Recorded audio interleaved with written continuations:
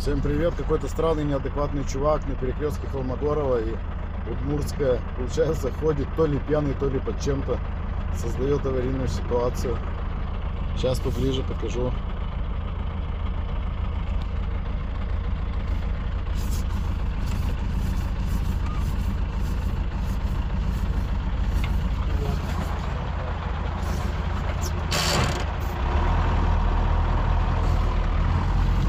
Надеюсь, он ничем не кинет меня, то что я его снимаю.